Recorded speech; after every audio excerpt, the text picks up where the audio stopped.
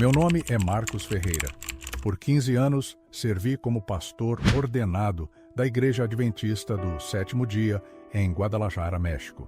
Vindo de uma família adventista de terceira geração, aprendi desde cedo que o catolicismo romano era a manifestação mais perigosa do cristianismo apóstata. Meu avô, católico antes de se converter ao adventismo nos anos 40, narrava com horror sua adoração de ídolos por décadas, sem perceber. Apontando para a catedral visível de nossa casa, sentenciava: lá dentro não está Deus, lá está a Grande Babilônia. No seminário adventista, mergulhei na profecia bíblica segundo Ellen White. A verdade se desvelava. A Igreja Católica era a besta do Apocalipse, o Papa, o Anticristo, e a veneração a Maria e aos santos, pura idolatria. Minha tese de teologia focou na corrupção mariana do cristianismo primitivo. Com versículos bíblicos, eu argumentava: Maria foi um ventre escolhido por Deus, nada mais. Após o nascimento de Jesus, ela se tornou uma mulher comum, teve outros filhos com José e morreu como qualquer ser humano. Tudo o mais, eu pregava, era invenção de Roma para nos afastar da salvação que só Cristo oferece. No bairro de Tlaquepaque, minha congregação somava 250 membros, em sua maioria ex-católicos que haviam encontrado no adventismo a verdade presente. Cada sábado, do púlpito, eu denunciava as superstições papistas com o fervor de quem acreditava genuinamente salvar almas do engano. Irmãos, eu dizia, quando virem nossos vizinhos católicos prostrados diante de estátuas de gesso, lembrem-se de Êxodo 24. Não farás para ti imagem de escultura, nem semelhança alguma do que há em cima nos céus, nem embaixo na terra. Isso é pura idolatria. Os irmãos assentiam com convicção, muitos revivendo seus dias como católicos cegos. Minha esposa Sofia, adventista de berço, compartilhava esse zelo evangelístico. Juntos, organizávamos conferências proféticas no centro da cidade, onde eu expunha com mapas e diagramas como a Igreja Católica corrompera o cristianismo original. Daniel 7 nos revela, eu argumentava, que o pequeno chifre que mudou os tempos e a lei é o papado romano. Eles inventaram o domingo no lugar do sábado, criaram o purgatório para vender indulgências e colocaram uma mulher pagã, Maria, no lugar que pertence unicamente a Cristo. Dezenas de católicos frequentavam. Alguns, após sair de Babilônia, eram batizados em nossa igreja. Ganhei a reputação de ser o pregador que melhor refutava as doutrinas católicas. Conhecia de cor os argumentos históricos contra o papado. Citava capítulo e versículo para provar que a adoração a Maria era uma adaptação do culto pagão a Ísis e explicava como cada sacramento católico contradizia a Bíblia. Os padres da cidade me conheciam. Alguns até tentaram debates públicos, mas eu sempre saía vitorioso. Tinha a Bíblia ao meu lado, eu pensava. Tinha a verdade. Em dezembro de 2019, a Diocese Católica de Guadalajara organizou, como de costume, uma grande procissão em honra à Virgem de Guadalupe. Milhares de católicos lotaram as ruas, carregando imagens, cantando louvores a Maria. Para mim, era um espetáculo de idolatria em massa. Naquela manhã, durante nosso culto de sábado, preguei um sermão incisivo contra tais manifestações. Irmãos, declarei do púlpito: hoje, a poucas quadras daqui, milhares de pessoas cometem adultério espiritual, adorando uma mulher morta. Que tristeza não conhecerem Jesus como o único mediador. Após o culto, alguns irmãos sugeriram: vamos lá, Marcos, testificar entre a multidão católica.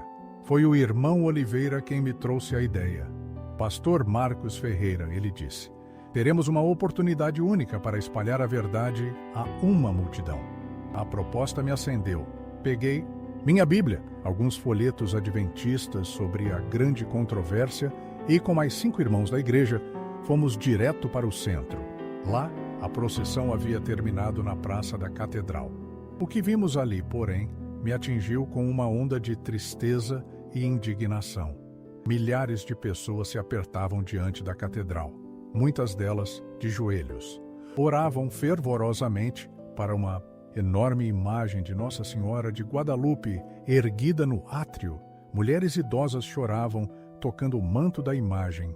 Mães erguiam seus bebês para Maria. Homens adultos recitavam rosários com uma devoção que me perturbava. Que cegueira! Sussurrei para a irmã Santos. Toda aquela gente sincera em sua fé, mas para mim, enganada por Satanás, a adorar ídolos em vez do Deus verdadeiro. Decidimos nos aproximar para distribuir a literatura. Enquanto eu abria caminho pela multidão, as orações a Maria me perfuravam. Virgem Santíssima, ajude-me. Mãe minha, não me abandone. Rainha do céu, interceda por meus filhos. Cada súplica era uma faca no meu coração adventista. Como é possível, eu me perguntava, que não vejam que estão falando apenas com um pedaço de madeira pintado? Quando, enfim, nos aproximamos da imagem, um grupo de católicos nos notou, com nossas bíblias e folhetos. Curiosos, eles se achegaram. Vocês também são cristãos? Perguntou uma senhora idosa. Somos os únicos cristãos verdadeiros aqui. Respondi com a plena confiança que minha compreensão bíblica me dava. Vocês estão cometendo idolatria ao adorar essa estátua. A mulher se ofendeu na hora. Não a adoramos. Pedimos que interceda por nós junto ao filho dela, explicou. Exato, exclamei. Aí está o erro. 1 Timóteo 2,5 diz claramente: há um só mediador entre Deus e os homens, Jesus Cristo homem, não Maria. Em pouco tempo, um círculo de umas 30 pessoas nos cercava. Eu me sentia completamente em meu elemento. Com a Bíblia nas mãos, mão dominando cada argumento, eu acreditava que o Espírito Santo me usava para abrir os olhos daquelas almas iludidas.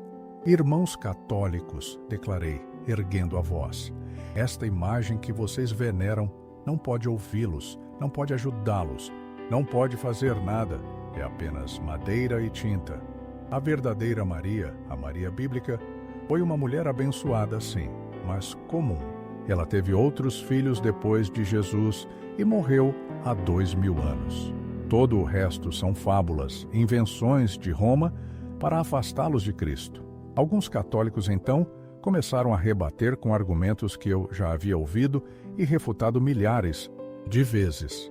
A Bíblia diz que Maria é bendita entre todas as mulheres, argumentou um jovem. Claro que foi abençoada, respondi, por ter sido escolhida para dar à luz o Salvador. Mas isso não a torna corredentora nem intercessora. Após cumprir sua missão, Maria praticamente desaparece do Novo Testamento. Se ela fosse tão crucial quanto vocês creem, por que Paulo nunca a menciona em suas cartas? O debate se intensificava a cada minuto. Mais e mais pessoas se aproximavam para escutar, algumas defendendo as doutrinas católicas, outras visivelmente impressionadas pelos meus argumentos bíblicos. Eu me sentia triunfante. Mais uma vez, a verdade adventista estava prevalecendo sobre as tradições humanas. Olhem para aquela estátua, gritei, apontando para a imagem de Nossa Senhora de Guadalupe. É apenas um ídolo mudo. Não pode ouvi-los, não pode abençoá-los, não pode salvá-los. Vocês estão orando para um demônio disfarçado de luz. Foi então que algo extraordinário e aterrorizante aconteceu. Enquanto eu apontava acusadoramente para a imagem, declarando que Maria era uma mulher comum que não merecia veneração, as pessoas mais próximas da estátua começaram a gritar e apontar. Está chorando, a Virgem está chorando, berrava uma mulher histericamente. No início, pensei que era puro fanatismo religioso, mas quando meus olhos se voltaram para a imagem, meu sangue gelou. Dos olhos da imagem de Nossa Senhora Aparecida, lágrimas claras como cristal começaram a brotar. Escorriam, lentas, pelas faces pintadas. Não era imaginação, não era truque. Longe de qualquer histeria coletiva, eram lágrimas reais, caindo gota a gota de uma imagem de madeira, que instantes antes estava perfeitamente seca. A multidão inteira podia ver. Centenas de telefones se ergueram para gravar o fenômeno. O silêncio que se seguiu aos gritos iniciais era ensurdecedor. Meu corpo gelou. A primeira reação foi um choque total. Minha mente adventista, condicionada a buscar explicações racionais para cada fenômeno religioso católico, desesperou-se por uma. Um truque, pensei. Alguém manipulava a estátua com químicos ou tubos escondidos, mas eu estava a menos de 2 metros dali, sob a luz do dia. Vi claramente. As lágrimas brotavam dos olhos da imagem, sem nenhum mecanismo visível. Então, o terror teológico me dominou. Minha formação adventista gritava. Aquilo só podia ser uma manifestação demoníaca. Ellen White nos alertara. Satanás faria milagres falsos para enganar até os eleitos. É ele, eu me repetia, fazendo prodígios mentirosos para confirmar estes católicos em sua idolatria. Contudo, algo naquelas lágrimas não se encaixava com minha compreensão das manifestações satânicas. Nenhuma presença maligna, nada de aterrorizante ou perturbador no fenômeno, a não ser para meu próprio sistema de crenças.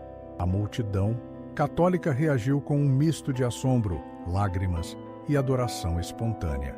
Centenas prostraram-se de imediato, alguns chorando, outros cantando, muitos recitando terços com fervor renovado. Milagre! Milagre! Gritavam alguns. A Virgem está nos falando, declaravam outros. Uma anciã, com lágrimas nos olhos, aproximou-se e me disse suavemente: Filho, não vê que nossa mãe está triste pelas coisas que você disse? Suas palavras me atravessaram como uma espada. Pela primeira vez em meus 15 anos de ministério adventista, fiquei completamente sem palavras. Minha Bíblia parecia pesar toneladas em minhas mãos trêmulas. Os irmãos adventistas que me acompanhavam estavam igualmente atônitos. A irmã Santos chorava. O irmão Oliveira murmurava orações nervosas. Todos me olhavam, aguardando que eu, como pastor, explicasse o que víamos. Vamos embora. Foi tudo o que consegui dizer. Agarrei meus irmãos pelo braço, afastando-nos da multidão no Santuário Nacional de Aparecida. Mas ao caminhar, eu não parava de olhar para trás. A imagem continuava a chorar. As lágrimas não cessavam. E algo profundo em meu espírito, que eu não compreendia nem podia explicar, sussurrava. Eu acabara de testemunhar algo genuinamente sobrenatural e sagrado. Naquela noite, o sono me fugiu. Repetia, incessantemente, o que vira. Busquei nos livros de Ellen White alguma explicação para fenômenos assim. Li sobre os milagres mentirosos dos últimos dias, sobre como Satanás se disfarçaria para iludir até os adventistas. Mas por mais que tentasse encaixar o que presenciei em meu arcabouço teológico adventista, algo não se ajustava. Nos dias seguintes, o evento dominou as notícias da cidade. A mídia cobriu o milagre das lágrimas. Dezenas de testemunhas, incluindo não católicos, confirmaram ter visto o fenômeno. Eu esperava por uma explicação científica, por algum fraude exposto, a confirmação de um engano elaborado. Nada disso veio. As investigações oficiais não encontraram evidências de manipulação. O fenômeno era real. Minha esposa Sofia notou minha perturbação. Marcos, o que está acontecendo? Perguntou. Desde aquela tarde no santuário, você está tão calado. Como eu poderia explicar que todo o nosso sistema de crenças fora desafiado por lágrimas impossíveis? Como admitir que pela primeira vez na vida, eu me perguntava se, porventura, será que estávamos errados sobre algo tão fundamental quanto a própria natureza de Maria? Em minhas orações mais íntimas, comecei a fazer perguntas a Deus que jamais ousara formular. Senhor, eu orava, se tudo o que preguei sobre Maria é verdade, por que permitiste aquela estátua chorar justo quando eu a denunciava? Por que não a desmascaraste como o ídolo que eu afirmava ser? As respostas não vinham. As perguntas, sim, se multiplicavam dia após dia. No domingo seguinte, tomei uma decisão: pregar sobre falsos milagres na igreja.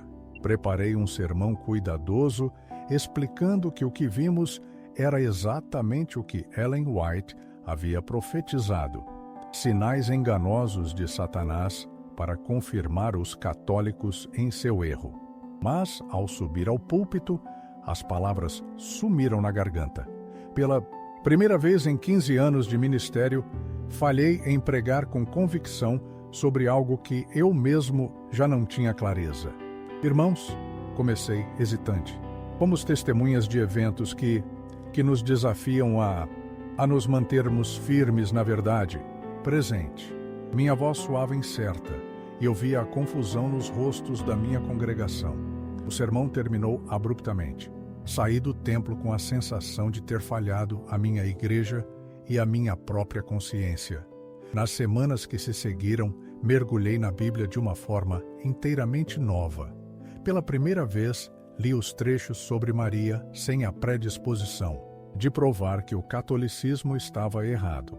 Li Lucas 1:48 com olhos renovados, porque atentou na humildade de sua serva, pois eis que desde agora todas as gerações me chamarão bem-aventurada. Todas as gerações, refleti. Se Maria mesma profetizou que todas as gerações a chamariam bem-aventurada, por que nós, adventistas, praticamente a ignorávamos? Revisitei a cena das bodas de Caná em João 2.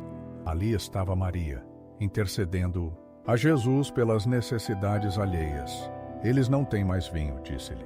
E, embora ele respondesse que sua hora ainda não havia chegado, Maria confiava tanto em sua intercessão que disse aos serventes: fazei tudo o que ele vos disser. Não era exatamente isso que os católicos criam sobre a intercessão de Maria e não resultou no primeiro milagre público de Jesus? Mas o que mais me chocou foi reler João 19, 26, 27, onde Jesus da cruz diz ao discípulo amado: eis aí tua mãe, e ao discípulo: eis aí teu filho. Se Jesus se referia apenas ao cuidado físico de Maria em seus últimos anos, por que usou palavras tão específicas? Por que não disse simplesmente: João, cuide de Maria? Pela primeira vez me perguntei se Jesus não estaria estabelecendo algo muito mais profundo, uma maternidade espiritual de Maria para todos os discípulos. Meus estudos bíblicos privados logo se estenderam à história da igreja primitiva.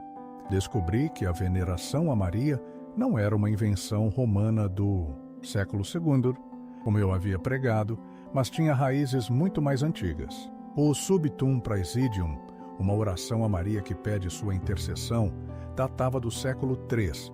Pais da igreja, alguns contemporâneos dos apóstolos, já falavam de Maria em termos que eu considerava blasfemos. Cada nova descoberta era como um golpe de martelo na estrutura teológica que eu construíra por anos. São Justino Mártir, no século II, já a chamava de a Nova Eva. Santo Ireneu a nomeava advogada da Virgem Eva. Não eram papistas medievais corrompidos, mas cristãos que aprenderam diretamente dos discípulos dos apóstolos. Ao mesmo tempo, comecei a notar aspectos do adventismo que antes não me incomodavam. Por que dependíamos tanto das visões de Ellen White para interpretar a Bíblia? Por que suas percepções sobre profecia tinham mais peso que as dos pais da igreja que viveram séculos antes dela? Por que era aceitável que Ellen White tinha visões, mas era satânico que a Virgem Maria aparecesse em Lourdes ou Fátima? Essa pergunta martelava minha mente. Uma tarde, caminhando pelo centro de São Paulo, passei em frente à Catedral Católica. Por anos, eu havia passado por ali com uma mistura de desprezo e pena pelos idólatras que entravam e saíam. Mas, naquele dia, impulsionado por uma curiosidade incontrolável, decidi entrar. O interior da catedral me atingiu de um jeito totalmente inesperado. Já havia estado lá antes, em visitas pastorais, mas sempre com a mentalidade de um espião inimigo, buscando provas de idolatria. Desta vez, entrei como um verdadeiro buscador. A beleza arquitetônica, a serenidade do ambiente, as pessoas orando em silêncio, tudo criava uma atmosfera de santidade que, por mais fervorosos que fossem, meus templos adventistas nunca haviam conseguido reproduzir. Sentei-me num banco do fundo e apenas observei. Uma idosa rezava o terço diante de uma imagem da Virgem, mas seu rosto refletia uma devoção genuína a Deus, não a um ídolo. Um homem de negócios ajoelhou-se diante do Santíssimo Sacramento e orou com uma intensidade que eu reconheci como um autêntico encontro com o divino. Uma jovem mãe elevava preces silenciosas enquanto seu bebê dormia em seus braços. Onde estava a idolatria que eu havia denunciado por anos? Ao sair da catedral, percebi que algo fundamental havia mudado em minha percepção.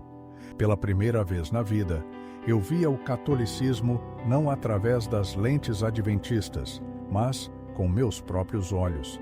E o que encontrei não era paganismo disfarçado, mas um cristianismo autêntico, expresso de formas que eu ainda não compreendia. Naquela noite, contei a Sofia sobre minha visita. Sua reação foi de alarme imediato. "Marcos, o que está acontecendo com você?" Ela perguntou, a voz carregada de medo. "Você não percebe que Satanás está te confundindo? Está arriscando sua salvação e seu ministério por causa de uma estátua que chorou?" Suas palavras me atingiram em cheio. Não porque fossem injustas, mas porque espelhavam exatamente o que eu teria dito a qualquer adventista na minha situação, poucas semanas antes. Nos meses seguintes, minha crise espiritual se aprofundou. Parei de pregar contra o catolicismo do púlpito, e isso não passou despercebido. Alguns irmãos começaram a me questionar diretamente sobre uma possível perda de fé. O pastor distrital me convocou para uma reunião. Ele me confrontou sobre minha atitude estranha em relação às falsas doutrinas católicas. "Irmão Marcos", disse ele com uma preocupação quase paternal, "os irmãos estão notando que você não prega mais com a mesma convicção sobre os erros de Roma. Alguns temem que o incidente da estátua tenha te afetado mais do que deveria. Lembre-se, Ellen White nos advertiu que nos últimos dias, até mesmo os adventistas poderiam ser enganados por sinais mentirosos.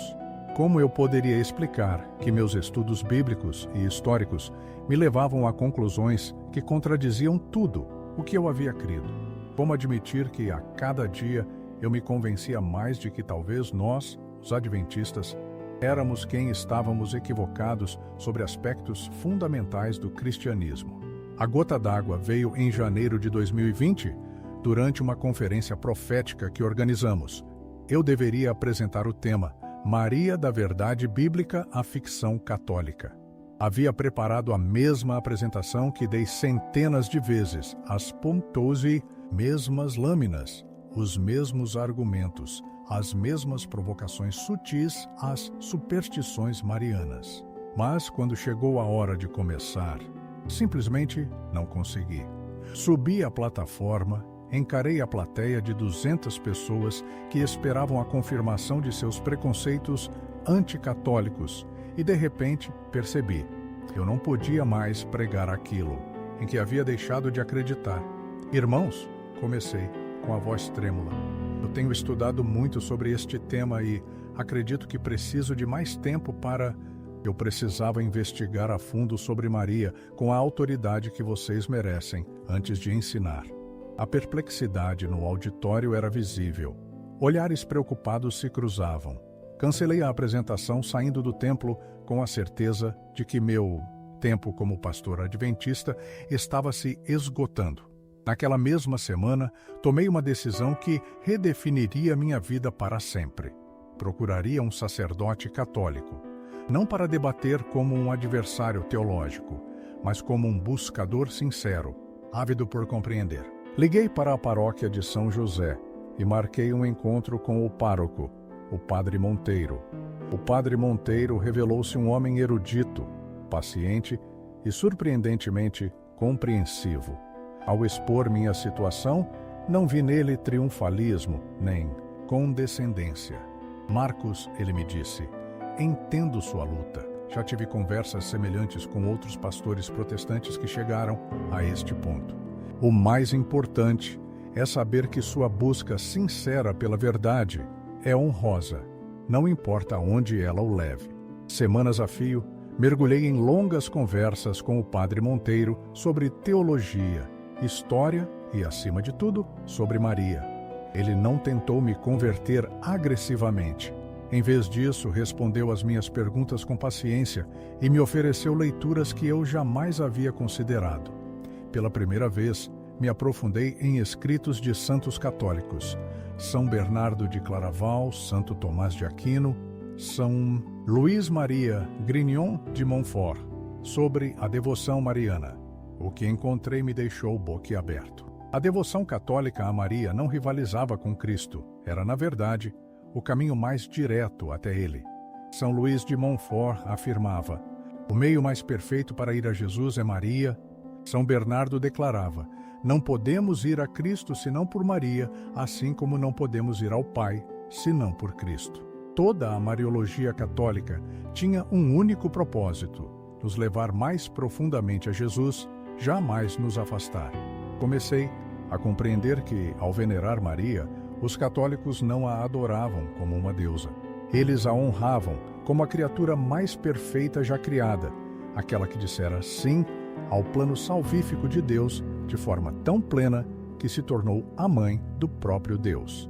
Seu papel como intercessora não concorria com Cristo. Antes, participava de sua única mediação, como uma mãe que apresenta seus filhos ao Filho Divino. Em março de 2020, tomei a decisão mais difícil da minha vida. Renunciei ao cargo pastoral na Igreja Adventista do Sétimo Dia. A reunião com a junta diretiva foi devastadora. Alguns irmãos choraram, outros se irritaram. Muitos suplicaram para que eu reconsiderasse. Irmão Marcos, disse o ancião Gomes, o senhor tem sido como um pai espiritual para nós. Como pode nos abandonar por causa dos erros católicos? Com os olhos marejados, respondi: não os estou abandonando. Apenas sigo minha consciência para onde creio que Deus me guia. Por anos, eu lhes preguei que a Igreja Católica era a Babilônia. Mas meus estudos me revelaram o oposto. Ela poderia ser, sim, a igreja que Cristo fundou sobre Pedro. Minha esposa, Sofia, não conseguiu aceitar minha decisão.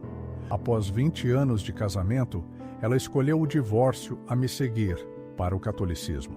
Marcos, disse ela na nossa última conversa como marido e mulher, prefiro ficar sozinha, mas salva, do que acompanhá-lo à perdição.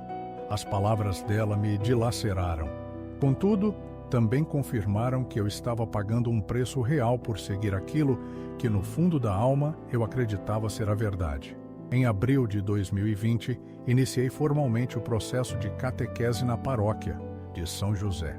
O padre Monteiro me designou num programa intensivo, abrangendo não só a doutrina católica, mas também liturgia, história da igreja e, crucialmente, a devoção mariana. Pela primeira vez na vida, aprendi a rezar o rosário não como uma repetição mecânica, mas como uma profunda meditação sobre os mistérios da vida de Cristo. Através dos aqueles eram os olhos de sua mãe. Dia após dia, eu desvendava facetas do catolicismo que redefiniriam minha compreensão do cristianismo. Os sacramentos, por exemplo, não eram rituais ocos, eram encontros reais com a graça divina. A missa não era uma repetição tediosa, mas uma participação mística no sacrifício de Cristo. A veneração dos santos não se tratava de idolatria, e sim de uma comunhão profunda com a vasta nuvem de testemunhas que nos precederam na fé. Mas o que mais me tocou foi o crescimento da minha relação pessoal com Maria. Ao aprender a invocá-la como mãe espiritual, experimentei uma paz e uma proximidade com Jesus que jamais havia conhecido em meus anos protestantes. Compreendi na prática o que os católicos tentavam me explicar. Maria não obstruía o caminho até Cristo, mas o facilitava com um amor maternal inigualável. Certa manhã de junho, durante minha oração do Rosário, tive uma experiência que, embora inexplicável por completo, selou de vez minha conversão. Enquanto meditava sobre o primeiro mistério gozoso, a Anunciação, senti uma presença feminina suave, porém poderosa. Ela parecia envolver minha alma em um amor maternal, profundo. Eu não vi nada, não ouvi vozes audíveis, mas a sensação era clara. A própria Maria intercedia por mim junto ao seu filho. Naquele instante, lembrei-me vividamente do dia em que blasfemei contra ela na praça da catedral. Recordei como ela respondeu não com ira, mas com lágrimas, de compaixão. Entendi que aquelas lágrimas não eram de tristeza pela minha ofensa, mas de amor maternal por um filho perdido, que um dia voltaria para casa. Maria havia iniciado minha conversão no exato momento do meu maior repúdio. Em 8 de dezembro de 2020, festa da Imaculada Conceição, fui recebido oficialmente na Igreja Católica. Durante a cerimônia de crisma, escolhi o nome de Marcos Maria, em homenagem à Virgem que me guiou das trevas do meu erro à luz da verdade plena. O bispo, ao me ungir com o crisma, proferiu: recebe a marca do Espírito Santo, o dom de Deus. Os primeiros meses como católico foram uma mistura de alegria e dor. Alegria por ter encontrado a plenitude da fé cristã, mas dor por tudo que havia perdido no caminho. Meu ministério, minha esposa, muitos amigos e o respeito da minha família adventista. Alguns ex-fiéis me escreviam, acusando-me de ter me vendido a Satanás. Outros simplesmente pararam de falar comigo, como se eu tivesse morrido. Contudo, também vivenciei bênçãos inesperadas. Vários católicos que ouviram minha história vieram me acolher com amor genuíno. Alguns até confessaram que meus antigos ataques à fé deles os haviam levado a estudar suas crenças mais a fundo, fortalecendo-os paradoxalmente. Irmão Marcos, disse-me uma senhora que estivera presente no dia do milagre das lágrimas. Suas perguntas difíceis nos ajudaram a entender melhor por que acreditamos no que acreditamos. Em janeiro de 2021, comecei a estudar teologia católica formalmente no seminário diocesano. Minha experiência como pastor protestante me deu uma perspectiva única sobre as diferenças doutrinárias entre as tradições. Logo, fui convidado a auxiliar na formação de outros convertidos do protestantismo. Descobri ali minha nova vocação: ser ponte entre o mundo protestante que deixei e o mundo católico que abracei. Hoje, 3 anos após minha conversão, posso afirmar com gratidão que Maria cumpriu exatamente o que prometeu nas bodas de Caná. Ela me conduziu a fazer tudo o que seu filho me dissesse. Através dela, encontrei não apenas a verdade doutrinal do catolicismo, mas uma relação mais profunda e pessoal com Jesus Cristo, algo que jamais havia desfrutado como protestante. Frequentemente, retorno à Praça da Catedral, onde tudo começou. Cada vez que vejo a imagem da Virgem de Guadalupe, recordo as lágrimas que ela derramou naquele dia de dezembro. Um entendimento profundo me atingiu. Aquelas lágrimas não eram pela minha blasfêmia, mas pela cegueira da minha alma. Como qualquer mãe, ela sofria ao ver seu filho perdido, mas com uma fé inabalável, sabia que eu voltaria para casa. Muitos me questionam: como pude trocar a verdade que eu vivia pelas tradições humanas do catolicismo? Minha resposta ecoa as próprias palavras de Jesus: conhecereis a verdade, e a verdade vos libertará. Essa verdade me libertou de uma prisão teológica que me aprisionou por 4 décadas. Ela me revelou que Maria não é uma rival de Cristo, mas sua colaboradora mais perfeita. A verdade me guiou de volta para casa, para a igreja que ele mesmo fundou há 2000 anos. Aquela que um dia chamei de mulher comum, revelou-se afinal exatamente o que os católicos sempre souberam: a Mãe de Deus, a Rainha do Céu, a intercessora perfeita e agora minha própria mãe espiritual. As lágrimas dela, naquele dia de dezembro, foram o primeiro presente de uma mãe a um filho que sequer percebia sua necessidade. Hoje, cada manhã se inicia com um pedido a Maria, e ela me conduza mais perto de Jesus, tal como guiou os serventes em Caná ao primeiro milagre de seu filho. E cada noite termina com gratidão por seu resgate, por suas lágrimas de amor maternal que me tiraram do erro. Com ela, descobri um segredo profundo. Quando uma mãe derrama lágrimas pelos seus filhos, mesmo quando esses filhos a blasfemam, ela já está operando em sua conversão.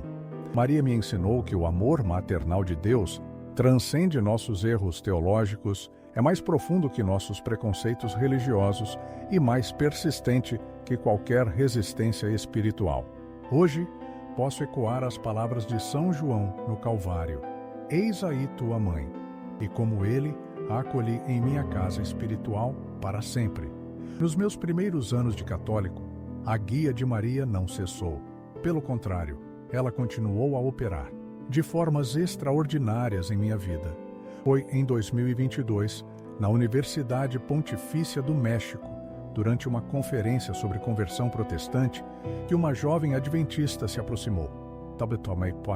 Irmão Marcos, ela me disse com lágrimas nos olhos, o senhor foi meu pastor quando eu era criança.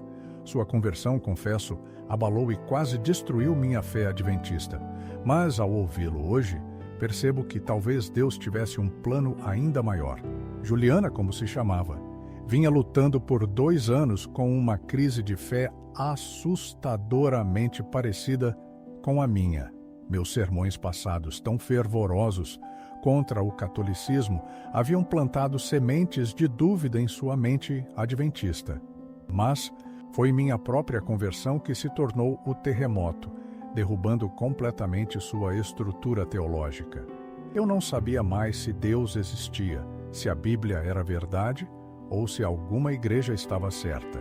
Ela me confidenciou, mas ao testemunhar sua jornada, entendo agora que minha crise talvez fosse Maria me preparando para a verdade plena. Nos meses que se seguiram, acompanhei Juliana em seu próprio e singular processo de conversão. Foi belo testemunhar como Maria agia em seu coração de uma forma diferente, porém igualmente poderosa. Enquanto eu precisei de um milagre dramático para ter meus olhos abertos, Juliana viveu uma conversão mais gradual, mas não menos profunda, imersa no estudo dos padres da Igreja e da história do cristianismo primitivo. No dia de sua confirmação, Juliana me revelou algo que ficou gravado para sempre em meu coração. Pastor Marcos, agora entendo que o Senhor nunca deixou de ser meu pastor. Maria o estava usando para me guiar à verdade, mesmo quando o Senhor mesmo não sabia para onde estava indo. Suas palavras me fizeram enxergar que minha conversão não era apenas para minha salvação pessoal, mas parte de um desígnio divino maior, um plano para guiar outros de volta para casa. Através de Juliana, conheci outros ex-adventistas que, como ela, questionavam suas antigas crenças. Logo, um pequeno grupo de estudo se formou, reunindo-se semanalmente na paróquia. Éramos 8 almas, 5 ex-adventistas, 2 ex-pentecostais e 1 ex-batista. Todos unidos pela experiência singular de descobrir a plenitude da fé católica após anos em denominações protestantes. Nossos encontros, não por acaso, centravam-se especialmente na figura de Maria. Cada um ali revelava como fora educado para rejeitá-la, mas como ela, pacientemente, os atraiu para seu filho. Leandro, o ex-pentecostal, narrou a cura física que recebeu após suplicar a intercessão da Virgem de Guadalupe, algo que lhe ensinaram ser bruxaria. Beatriz, ex-batista, descreveu a peregrinação a Fátima que revolucionou sua visão do cristianismo. O que mais me impactava era a quantidade de convertidos que viveram experiências marianas antes mesmo de cogitar o catolicismo. Parecia que Maria era a evangelista silenciosa, preparando corações protestantes para a verdade plena. Um padrão se repetia: rejeição inicial, um encontro sobrenatural com Maria, crise na fé protestante, investigação teológica e, por fim, a conversão católica. Foi em 2023 que o bispo me incumbiu de formalizar esse ministério para convertidos protestantes. Assim surgiu o apostolado Santa Maria da Conversão, focado em acompanhar protestantes rumo ao catolicismo. Criamos um programa de estudos que desmistificava as objeções protestantes mais comuns. a autoridade da Escritura, a veneração dos santos, os sacramentos, o papado e, crucialmente, o papel de Maria. Contudo, um dos maiores desafios foi encarar a hostilidade dos meus antigos irmãos adventistas. Alguns organizaram campanhas de oração para me libertar do engano católico. Outros, em publicações adventistas, me taxavam de ministro caído, seduzido pela Babilônia. As críticas mais ácidas vinham dos meus amigos mais próximos no ministério. O irmão Almeida, meu colega de seminário, publicou um artigo intitulado Como Marcos Ferreira Trocou Cristo por Maria. Ele defendia que minha conversão era a prova de como Satanás iludia até pastores experientes com milagres mentirosos. O Marcos que conhecíamos, escreveu ele, morreu no dia em que se prostrou diante de uma estátua de gesso. O homem que agora leva seu nome é um lobo em pele de cordeiro. Essas palavras me feriam profundamente, não por orgulho, mas porque espelhavam a mesma mentalidade que eu carreguei por 15 anos. Eu entendia a sinceridade deles, mas também sabia que estavam cegos, como eu mesmo estive. Em vez de revidar, escolhi orar por eles e pedir a Maria que os tocasse com a mesma misericórdia que me alcançou. A resposta, porém, veio de um jeito inesperado. Em dezembro de 2023, exatos 4 anos após o milagre das lágrimas, o irmão Almeida visitou Guadalajara para uma conferência adventista. Membros do nosso apostolado o convidaram, com todo respeito, para um debate público sobre nossas divergências teológicas. Ele relutou, mas acabou aceitando, certo de que conseguiria me resgatar do erro católico. O encontro aconteceu no auditório da Universidade Católica local. 300 pessoas, católicos, adventistas e curiosos, lotaram o lugar. Por 2 horas, Almeida e eu debatemos cordialmente os pontos centrais de nosso desacordo. Ele desfilou os argumentos adventistas clássicos contra o catolicismo, que eu conhecia de cor. Eu, em vez de uma apologética agressiva, simplesmente partilhei meu testemunho pessoal, mostrando como cada uma dessas objeções se dissolvera em minha jornada de conversão. Mas o ápice do evento não foram os argumentos teológicos. Foi quando Almeida me encarou e perguntou: Marcos, você realmente acredita que aquela imagem que chorou era de fato Maria, a mãe de Jesus? A pergunta ecoou num silêncio absoluto. Minha resposta inteira dependia daquela confissão. Irmão Almeida, respondi, olhando-o nos olhos. Não apenas creio, eu sei. Aquelas lágrimas foram o marco inicial da transformação mais profunda da minha vida. A mulher que eu havia blasfemado como um mero ídolo mudo revelou-se ser exatamente quem os católicos sempre afirmaram, minha mãe espiritual. Suas lágrimas não foram pela minha ofensa, mas pela minha cegueira. E desde aquele dia, cada faceta da minha relação com Jesus se aprofundou por meio dela. Logo após aquele evento, irmão Almeida me procurou em particular. Com a voz embargada, ele confessou: Marcos, não consigo aceitar o que você diz, mas também não posso negar a mudança que vejo em você. O Marcos que conheci era um bom pastor adventista, mas o Marcos que vejo agora transborda uma paz e uma autoridade espiritual que antes lhe faltavam. Suas palavras acenderam em mim a esperança de que talvez Maria estivesse começando a tocar também o coração dele. 6 meses depois, irmão Almeida me escreveu uma carta que guardo como um tesouro.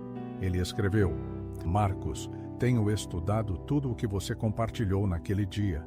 Não consigo dormir pensando na possibilidade de que tudo o que sempre acreditamos sobre Maria esteja equivocado. Poderia me recomendar alguns livros católicos sobre Mariologia? Prometo lê-los com a mente aberta. Aquela carta confirmou uma verdade profunda. Maria nunca desiste de trabalhar em corações sinceros, mesmo quando a recusa inicial é veemente. Naquele período, meu ministério já se expandia para além das fronteiras do México. Convites começaram a chegar dos Estados Unidos, Colômbia, Argentina e outros países com populações protestantes significativas. Em cada um desses lugares, eu encontrava a mesma sede espiritual. Protestantes sinceros que haviam chegado aos seus próprios impasses teológicos buscavam respostas que suas denominações já não podiam oferecer. Foi em uma conferência em Bogotá que conheci o pastor pentecostal Lucas Costa. Ele havia vivido uma experiência mariana tão impactante quanto a minha. Durante uma campanha evangelística, enquanto ele denunciava as superstições católicas, uma imagem de Nossa Senhora do Carmo começou a emanar um perfume sobrenatural. Toda a audiência sentiu. Irmão Marcos, ele me disse, tentei explicar aquilo como um truque satânico, mas a fragrância era tão celestial, tão impregnada de paz, que não poderia ser diabólica. Naquela noite, entendi. Havia algo profundamente errado na minha compreensão sobre Maria. Lucas se converteu ao catolicismo 6 meses após nosso encontro. Hoje, ele lidera o Ministério de Conversos Protestantes em sua arquidiocese e já conduziu mais de 50 pastores pentecostais para a Igreja Católica. Seu testemunho solidificou minha convicção. Maria possui uma estratégia singular para alcançar líderes protestantes. Ela se manifesta com precisão nos momentos em que é mais duramente atacada, respondendo à blasfêmia com milagres de amor. Ao longo desses anos, aprofundei minha compreensão teológica sobre o papel ímpar de Maria na obra salvífica. Estudei as obras dos grandes mariólogos católicos, São Bernardo, Santo Tomás de Aquino, São Luís de Montfort, São Maximiliano, Kolbe. Cada página me desvendava aspectos de Maria que meus anos como protestante jamais haviam me permitido enxergar. Particularmente impactante foi o estudo da devoção a Maria como corredentora. Por anos, eu ataquei esse conceito, considerando-o blasfemo, argumentando que apenas Cristo era o Redentor. Mas, gradualmente, compreendi. A corredenção mariana não rivalizava com a obra de Cristo. Antes, participava dela de forma única e subordinada. Maria cooperou livre e conscientemente na encarnação. Sofreu com Cristo no Calvário e continua a interceder pela aplicação dos frutos da redenção. Essa compreensão se aprofundou ainda mais quando comecei a rezar a consagração a Maria, conforme o método de São Luís de Montfort. Por 33 dias, segui as meditações propostas. Examinei minha vida espiritual, renunciei ao espírito do mundo e me preparei para me entregar completamente a Jesus, por meio de Maria. No dia da consagração, durante a missa, experimentei uma união com Cristo mais profunda do que qualquer coisa vivenciada nos meus anos como protestante. Finalmente, a verdade se revelou. Entendi, em minha própria carne, a profunda escrita de São Luís. Maria é o molde onde Cristo se forma em nós, não apenas fisicamente, como em seu ventre virginal, mas agora espiritualmente, em minha alma, pela consagração. Longe de ser um obstáculo, ela era o caminho que aperfeiçoava minha relação com Cristo, lapidando tudo o que em mim não se alinhava ao seu Filho. Em 2024, uma nova missão surgiu. O cardeal do México me nomeou consultor diocesano para a conversão de protestantes. Minha função era clara: desenvolver programas para sacerdotes que trabalhavam com conversos, criar materiais apologéticos específicos para protestantes e treinar equipes leigas em diálogo interdenominacional. Mas de todos os projetos, um se destacava pela sua eficácia: a criação de vídeos de testemunhos de conversão. Neles, ex-pastores protestantes narravam suas jornadas ao catolicismo. O padrão era quase sempre o mesmo: uma formação anticatólica inicial, um encontro transformador com algum aspecto do catolicismo, muitas vezes com a figura de Maria, e uma crise de fé protestante, uma investigação teológica aprofundada e, enfim, a conversão. O que mais me emocionava era receber cartas de protestantes do mundo todo. Eles viam esses testemunhos e iniciavam seus próprios processos. Uma pastora luterana da Alemanha, por exemplo, escreveu: Seu testemunho sobre as lágrimas de Maria me fez recordar uma experiência similar que tive em Lourdes há 5 anos. Fui para refutar as superstições católicas, mas saí me perguntando se eu estava errada. Hoje, começo minha catequese para entrar na Igreja Católica. Outra mensagem chegou de um missionário batista nas Filipinas. Irmão Marcos, ele dizia: por 10 anos preguei contra a idolatria católica neste país tão mariano, mas depois de ver seu testemunho, comecei a estudar a história real das devoções marianas. Estou descobrindo que o que eu chamava de paganismo é, na verdade, a expressão mais profunda do amor cristão que já vi. Cada conversão me inundava de gratidão a Maria. Ela continuava usando meu testemunho para tocar corações protestantes globalmente. Era como se minha antiga hostilidade ao catolicismo tivesse sido transformada no instrumento perfeito para guiar outros à verdade. Minha experiência de rejeição me dava credibilidade junto a audiências protestantes, que desconfiavam de apologistas católicos de berço. Em 12 de dezembro de 2024, no 5º aniversário do Milagre das Lágrimas, retornei à Praça da Catedral para uma cerimônia especial. O bispo organizara uma missa de ação de graças pelas conversões, onde vários ex-protestantes renovariam publicamente sua consagração a Maria. Éramos 50 conversos, de diferentes denominações: adventistas, pentecostais, batistas, presbiterianos, metodistas, luteranos. Durante a homilia, o bispo falou especificamente sobre o método mariano de evangelização. Maria atrai os corações mais resistentes, afirmou, não com argumentos teológicos, mas com amor maternal. Ela chora por seus filhos perdidos, intercede pacientemente e espera o momento perfeito para se manifestar. Os testemunhos que ouvimos hoje confirmam que Maria é a evangelista mais eficaz da Igreja, especialmente para nossos irmãos separados. Após a missa, aproximei-me novamente da imagem da Virgem de Guadalupe, onde tudo havia começado. Desta vez, não vinha como adversário, blasfemo, mas como filho agradecido.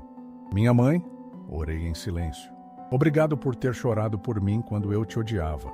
Obrigado por ter transformado meu desprezo em amor, minha ignorância em conhecimento, meu ministério destrutivo em apostolado construtivo. Obrigado por ter me levado à plenitude da fé em seu Filho. Enquanto orava, uma anciã se aproximou e tocou meu ombro.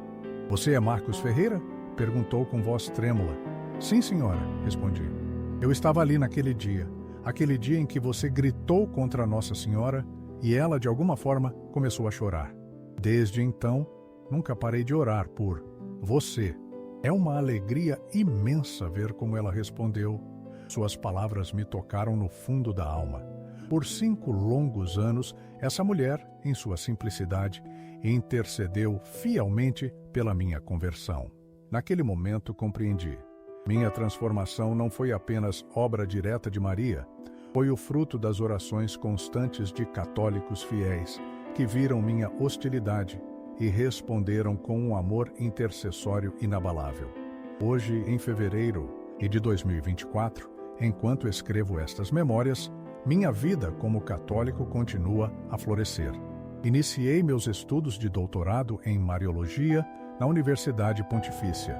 Ali, meu foco está na investigação do fascinante fenômeno das conversões protestantes impulsionadas por experiências marianas. Minha tese aprofunda como Maria emprega métodos evangelísticos que se adaptam à mentalidade protestante. São manifestações sobrenaturais que, primeiro, desafiam suas categorias teológicas e depois seguem-se processos educativos que os conduzem, passo a passo, à plenitude da verdade católica. No próximo mês, meu livro De Babilônia a Belém, Minha Conversão do Adventismo para Maria, será lançado. Nele narro em detalhes minha jornada e analiso teologicamente o papel singular de Maria na conversão de protestantes. As traduções para inglês, português e alemão já estão confirmadas. Minha grande esperança é que este testemunho alcance pastores protestantes. Que ele encontre aqueles que, assim como eu, estão vivendo crises existenciais e espirituais profundas. Além disso, estou criando um programa de rádio católico, Conversas de Conversão. Semanalmente, converso com ex-protestantes sobre suas incríveis histórias de mudança. Cada episódio culmina com uma oração a Maria, suplicando pela conversão de outros líderes protestantes que ainda não descobriram a plenitude da fé católica. Maria, sem dúvida, permanece no epicentro da minha espiritualidade.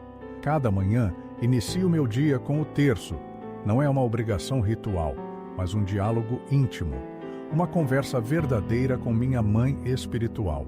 Cada noite, consagro novamente todo o meu ministério a ela, suplicando que use minhas palavras e ações para guiar mais corações protestantes ao seu filho. Minha maior alegria? Receber com frequência notícias de novas conversões, histórias inspiradas pelo meu próprio testemunho. No mês passado, um pastor adventista do Brasil me escreveu: Irmão Marcos, depois de ler sua história, iniciei meu processo de conversão. Assim como você, preguei contra Maria por anos, mas seu testemunho abriu meus olhos para minha própria cegueira. Em breve, serei acolhido na Igreja Católica. Cada carta como essa confirma que Maria segue utilizando minha conversão para multiplicar sua obra evangelizadora. Refletindo sobre estes 5 anos como católico, vejo com clareza a providência divina agindo através de Maria. Ela tomou um inimigo e o transformou em aliado. Converteu um blasfemo em apologista. Mudou um destruidor da fé católica em um construtor de conversões protestantes. Minha história prova: não há coração tão fechado que o amor maternal de Maria não consiga abrir. Não há preconceito tão arraigado que sua intercessão não possa arrancar. Aos meus irmãos protestantes que, porventura, leiam este testemunho, dirijo-me com o amor fraterno de quem um dia compartilhou suas convicções. Não temam investigar sinceramente as afirmações católicas sobre Maria. Ela não ameaça a centralidade de Cristo, antes a fortalece. Não compete com sua mediação única, participa dela maternalmente. Não afasta das Escrituras, ao contrário, leva a compreendê-las mais profundamente no contexto da tradição apostólica. Maria esperou pacientemente durante meus 15 anos de ministério anticatólico. Ela respondeu à minha blasfêmia com lágrimas de amor. Transformou minha rejeição no instrumento da minha própria conversão e agora continua a me usar para guiar outros corações protestantes à casa do Pai. Porque é isso que as mães fazem. Elas nunca desistem de lutar por seus filhos, não importa quanto tempo levem para retornar ao lar. M.